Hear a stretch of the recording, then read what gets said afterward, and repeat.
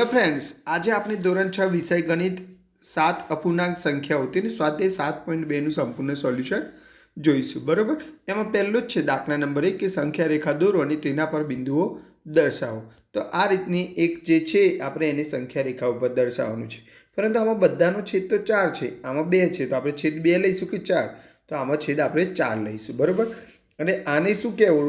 તો આને જો 2 અને 2 વડે ગુણાકાર કરી દઈએ તો ઉપર 2 એકા 2 થાય, નીચે 2 દુ 4, એટલે શું થશે? 2/4 ગણવાના. બરાબર. એ રીતે આપણે પહેલાં 0/4, 1/4, 2/4, 3/4, 4/4 આ રીતે આપણે દર્શાવીશું. એમાં સૌથી પહેલું 1/4 છે, એને શું કહીશું? તો 2/4.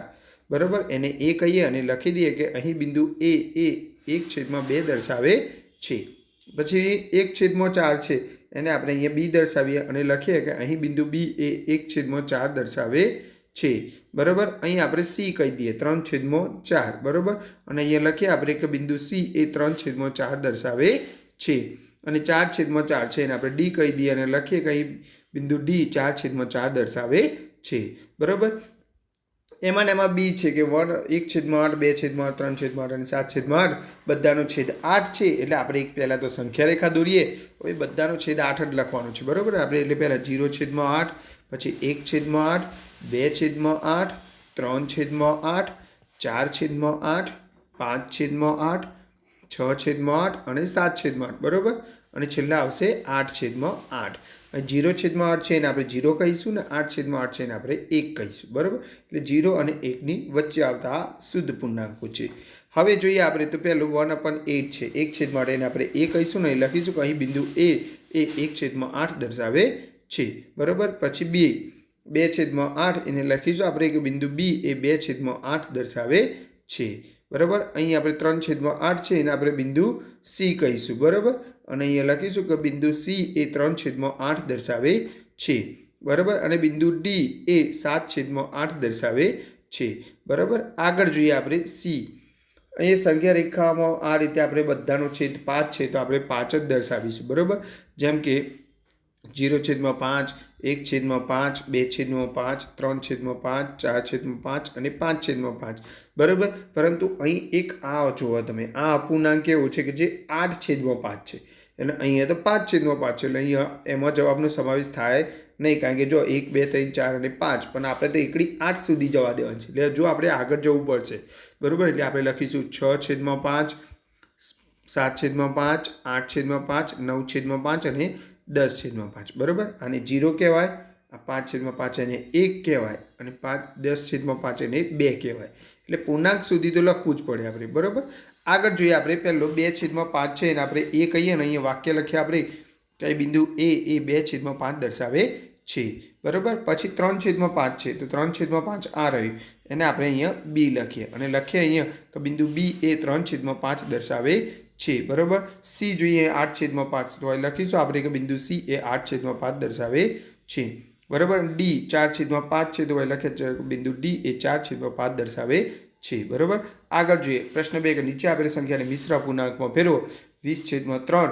તો આપણે આગળ પણ જોઈએ તો વિડીયોમાં ઉદાહરણમાં એ રીતે જ કરીશું. તો પહેલાં આપણે 3ના 3 લખવાના છે, 3નો ઘડિયો બોલવાનો, 20થી વધે નહીં, તો 3 6 18. બરાબર. 18થી આગળ જાઓ 20 સુધી, તો કેટલા થશે? 19 અને 20, એટલે 2 આવશે. એટલે આ રીતે 6 પૂર્ણાંક 2/3 થશે. બરાબર. 11/5, તો પહેલાં આપણે જે છેદ હોય એનો એ જ લખી દેવાનો, 5ના 5. હવે 5નો ઘડિયો બોલવાનો, 11થી વધે ના, તો 5 દુ 10, 10માંથી 11 જવા કેટલા જવું પડે? તો 1, એટલે 10 ને 1 11. આમાં આપણો જવાબ થાય 2/1/5. બરાબર. સી 17/7, કેટલા લખેલા છે આ? 17/7. મારા જોડે રકમ પણ બધાને બોલતા શીખવાનું. બરાબર. છેદ પહેલાં આપણે એનું એ જ લખી દઈશું, 7ના 7. હવે 7નો ઘડિયો બોલો, 17થી ના વધે તો 7 દુ 14 થશે. બરાબર.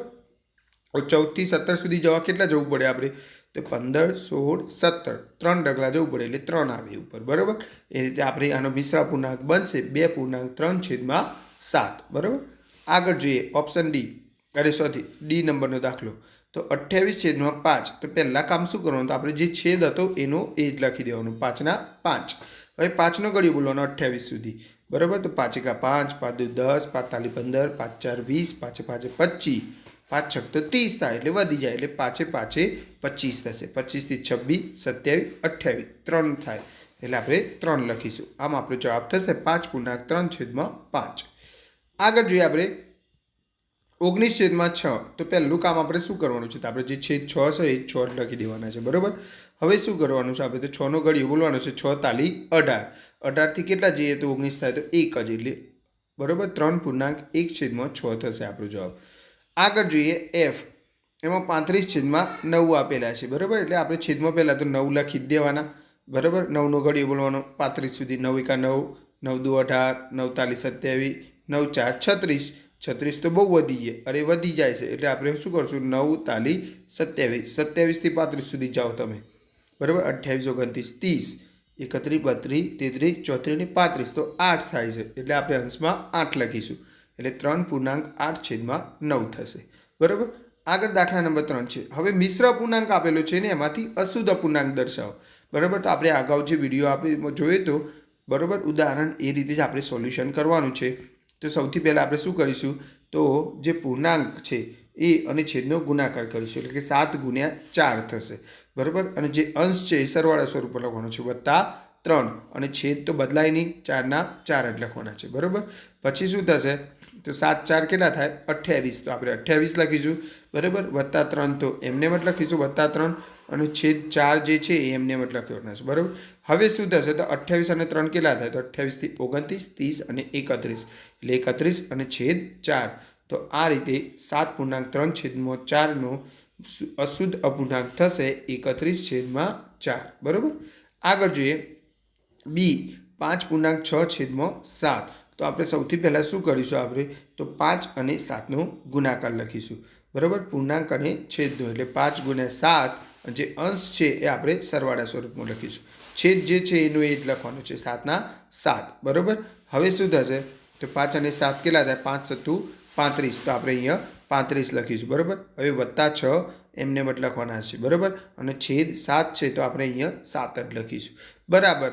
હવે ઉપર આ બેઓનો આપણે શું કરવાનું છે? તો સરવાળો કરવાનો છે. 35માં 6 ઉમેરો તો કેટલા થશે? 41. બરાબર. અને છેદ 7 નો 7 જ લખવાનો છે. આમ 5.6/7 આ મિશ્ર અપૂર્ણાંકનું અશુદ્ધ સ્વરૂપ થશે 41/7. બરાબર. આગળ જોઈએ C. અહીંયા શું થશે? તો આપણે 2 × 6 થશે. કેટલા થશે? 2 × 6 અને અંશ જોડે સરવાળો એટલે +5 થશે. બરાબર. અને છેદમાં 6 ના 6 જ રાખવાના છે. બરાબર. હવે ઉપર શું થશે? તો 2 × 6 = 12. તો આપણે પહેલાં 12 લખીશું +5 એમને જ લખવાના છે અને છેદ 6 ના 6 લખીશું. બરાબર. બરાબર. શું થશે? તો 12 માં 5 ઉમેરો. 12 ને 5 કેટલા થાય? 17. તો ઉપર 17 થશે અને છેદમાં 6 થશે. આમ 2.5/6 એ મિશ્ર અપૂર્ણાંકનું અશુદ્ધ સ્વરૂપ થશે 17/6. બરાબર. આગળ જોઈએ આપણે 10.3/5. તો આમાં પણ આપણે પહેલાં પૂર્ણાંક અને છેદનો ગુણાકાર કરીશું 10 × 5 અને અંશ જોડે એનો સરવાળો કરીશું એટલે કે +3. હવે 5 ના 5 જ લખવાના છે. બરાબર. છેદ બદલાશે નહીં. હવે શું કરીશું? તો 10 × 5 = 50 એટલે આપણે પહેલાં 50 લખીશું +3 એમને જ લખવાના છે +3 છેદમાં 5 ના 5 થશે. બરાબર. હવે શું થશે? 50 × 3 = 53 થશે અને નીચે 5 ના 5 જ રહેશે. આમ 10.3/5 આ મિશ્ર અપૂર્ણાંકનું અશુદ્ધ સ્વરૂપ થશે 53/5. બરાબર. E લખવાનું છે. હવે 9.3/7. બરાબર. હવે આનું શું થશે? તો પહેલાં આપણે 9 અને 7 નો ગુણાકાર કરવાનો છે એટલે 9 × 7 કરીશું અને અંશ જોડે સરવાળો એટલે +3 કરીશું. બરાબર. છેદ તો 7 ના 7 જ રહેશે. હવે શું થશે? તો 9 × 7 = 63 એટલે આપણે પહેલાં 63 લખીશું +3 એટલે +3 અને છેદ 7 ના 7 લખીશું. બરાબર. હવે 63 માં 3 ઉમેરીએ તો 66 થશે એટલે ઉપર 66 લખીશું અને છેદમાં 7. તો આમ 9.3/7 આ મિશ્ર અપૂર્ણાંકનું અશુદ્ધ સ્વરૂપ 66/7 થશે. બરાબર. F. 8.4/9. તો અહીંયા આપણે 8 અને 9 નો ગુણાકાર કરવાનો છે. 8 × 9 અંશ જોડે એનો સરવાળો એટલે +4 થશે. બરાબર. છેદમાં 9 ના 9 થશે. હવે 8 9 કેટલા થાય? 72 એટલે આપણે પહેલાં 72 લખીશું +4 અને આ બંનેનો સરવાળો થશે 72 ને 4 76 એટલે છેદમાં પછી આગળ પહેલાં તો છેદ એનો એ જ લખવાનો છે 9 ના 9. હવે 72 ને 4 કેટલા થાય? 76 એટલે આપણે 76 લખીશું અને છેદ 9 નો 9. આમ 8.4/9 આનું મિશ્ર અપૂર્ણાંક અશુદ્ધ અપૂર્ણાંક થશે 76/9. બરાબર.